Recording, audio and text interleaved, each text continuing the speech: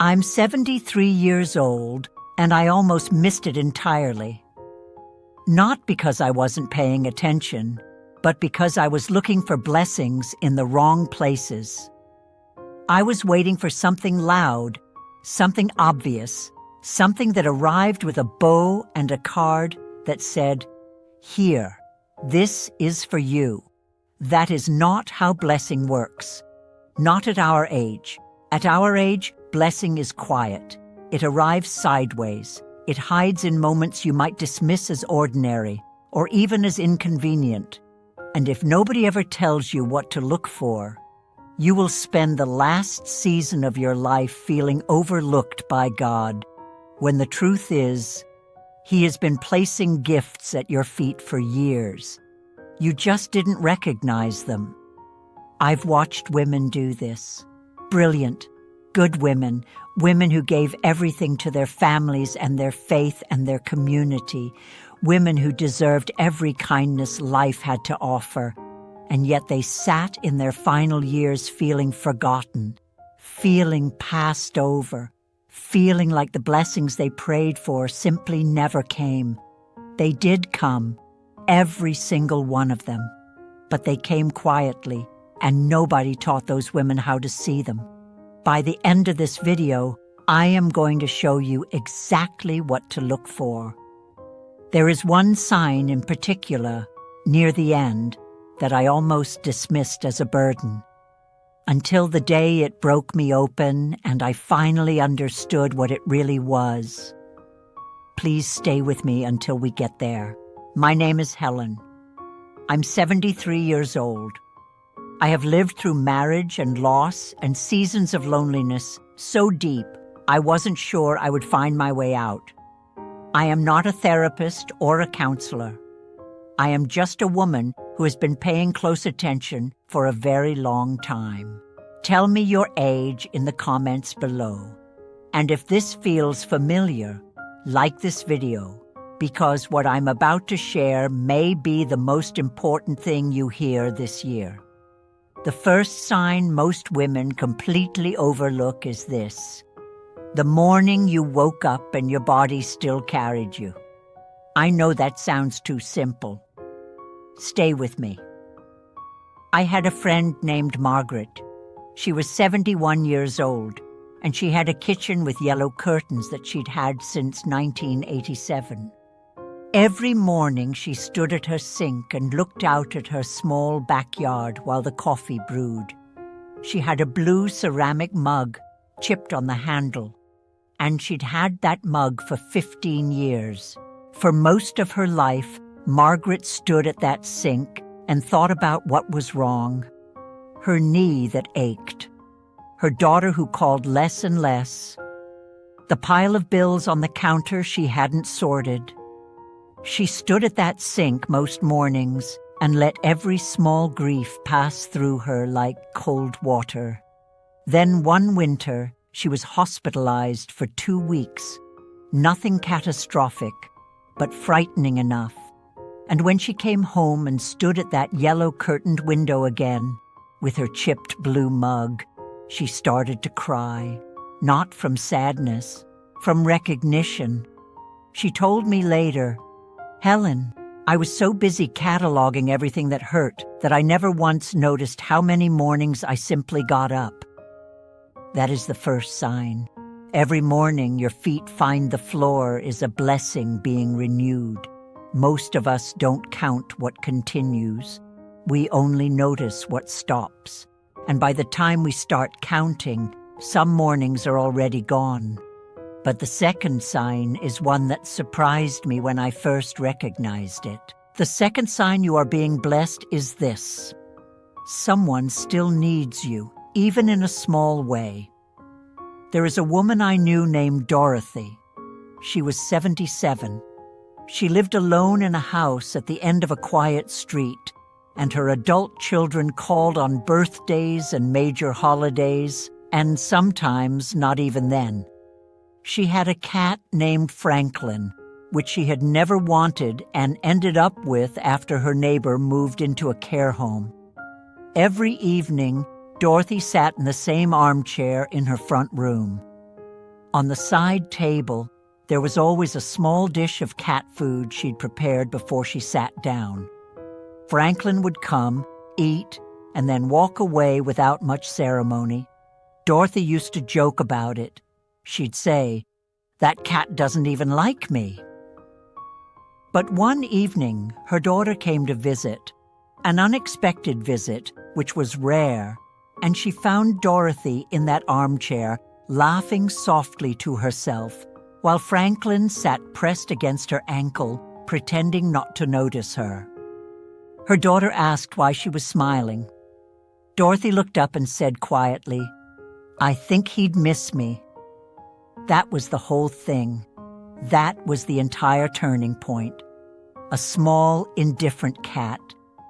And the realization that someone, something, had organized its life faintly around her presence. Being needed is a blessing that wears many disguises. Sometimes it looks like a grandchild who asks for you specifically. Sometimes it looks like a neighbor who saves your newspaper when you're unwell. Sometimes it is just a creature pressing itself against your ankle in the evening. Usefulness does not announce itself, but its absence is what breaks people. And what I discovered next added a layer I hadn't expected. The third sign is the one nobody talks about, and I believe it is the most quietly powerful of all. The ability to still feel moved by something beautiful. I want you to think about this honestly. I knew a woman named Eleanor. She was 69. She had spent decades in a difficult marriage, a marriage that had cost her more than she ever told anyone. After her husband passed, there was relief, and then grief, and then a long, still period where Eleanor said she felt nothing very deeply about anything. She came to visit me one afternoon in late October.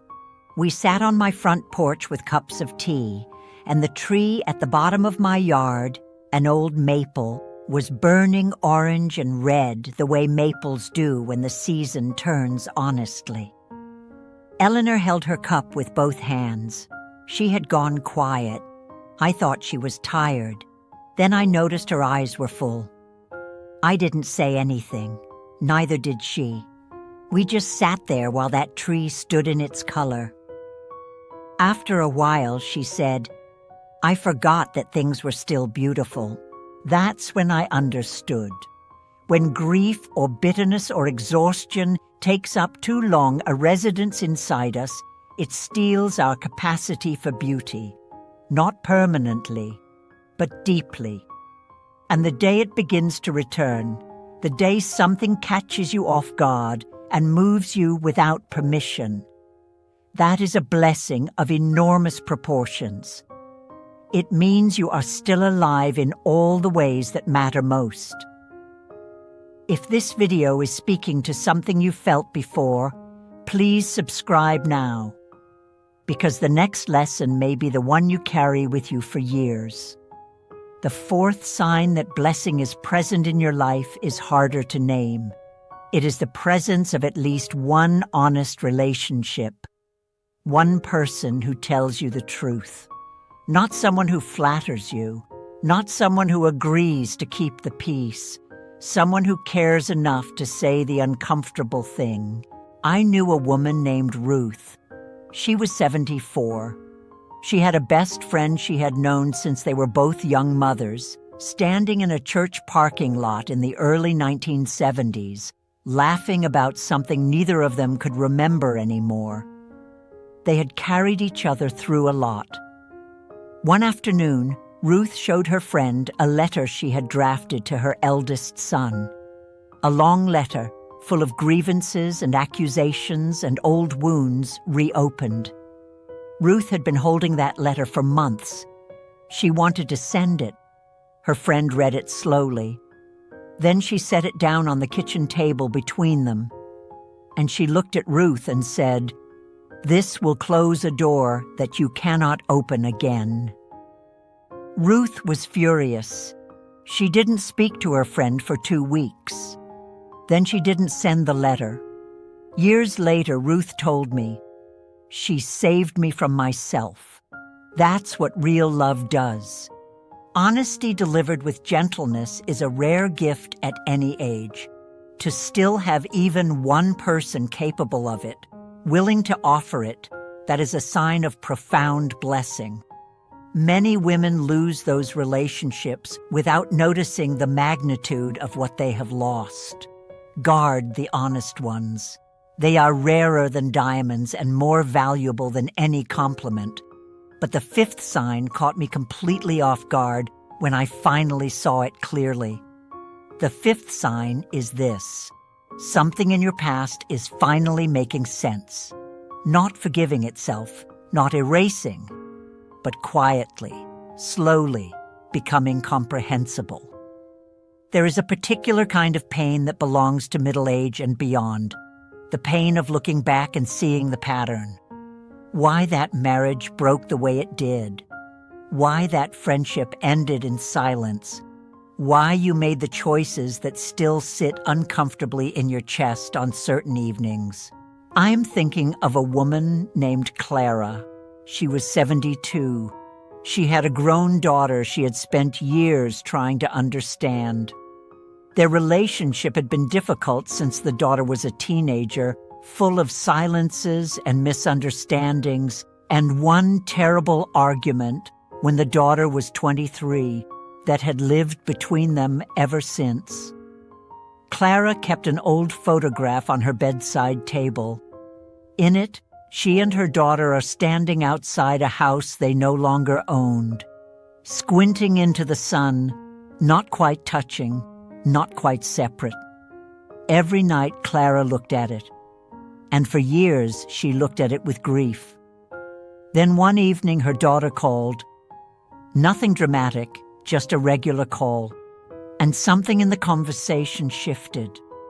The daughter said something offhand about her own childhood fear of being abandoned, and suddenly, like light through curtains, Clara understood. Not everything, not all at once, but enough. She put the phone down and sat with the photograph, and she finally saw two people who had both been frightened. Not enemies, not failures, just frightened people doing the only things they knew how to do. When the past stops being only a wound and starts being a story with reasons, that is blessing. That is wisdom arriving on time. But the sixth sign moved me more than I expected, and it is the one most likely to be misread entirely. The sixth sign is unexpected peace with being alone. I do not mean contentment built from resignation. I do not mean the brittle kind of quiet that descends when you have simply stopped expecting anything. I mean something different. I mean the genuine, earned discovery that your own company has value. This one is hard to explain to younger people. They tend to hear it as sadness. It is not sadness.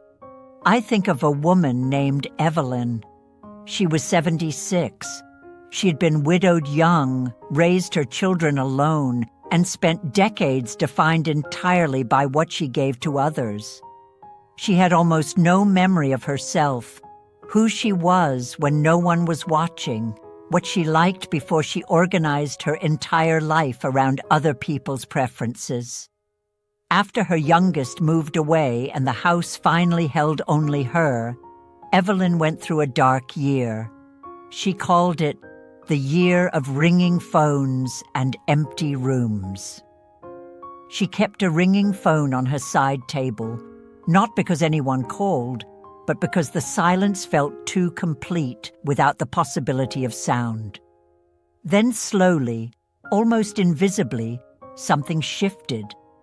She began to notice that she enjoyed her own mornings, that she liked the particular silence of 7 a.m., that she had opinions about things she had never let herself have opinions about before. One day she called me and she said, "Helen, I think I was waiting to meet myself this whole time. When you begin to experience your own presence as something rather than nothing, that is not loneliness being managed. That is a soul finally arriving in its own life. And then we get to the seventh sign, the one I almost missed, the one that changed everything I thought I understood. The seventh sign, and the most powerful blessing of all, is this. You are still here to feel any of this. I want to tell you something personal, something I have not spoken about widely. When I was 68, I went through a period of profound grief. I had lost 2 close friends within 8 months of each other. I had watched my health begin to shift in ways I hadn't expected, and I had a moment, sitting in a hospital waiting room with an old magazine in my lap that I wasn't reading, when I genuinely believed that the meaningful part of my life had already ended, that what remained was simply the footnote. I sat in that waiting room for 3 hours. I watched people come and go, and at some point a young nurse, she couldn't have been more than 26, came and sat down next to me during what must have been her break. She didn't know me. She didn't know why I was there. She just looked tired, and she sat down, and after a moment, she said, almost to herself, "This place makes you realize how much people want to stay." I don't think she even knew she said it aloud, but I heard it. And something in me, something that had been sitting in a closed room for months, opened very suddenly. She was right. People want to stay. All around me in that waiting room were people fighting to stay, fighting hard, fighting with everything they had. And I was sitting there mourning the meaninglessness of staying when staying was itself the extraordinary thing. I drove home that evening and I sat in my kitchen in the dark, and I thought about every woman I had known who had not made it to 68, who would have given anything for the particular burden of sitting in a waiting room, still here, still breathing, still able to feel the weight of a grief that only exists because love existed first. I thought about all of it, and then I got up. I made tea, and I decided that whatever days I had left, however many they were, however quiet, however marked by ache, I was going to stop treating them as a footnote. They are not a footnote. They are the whole story. The greatest blessing of old age is not comfort. It is not ease.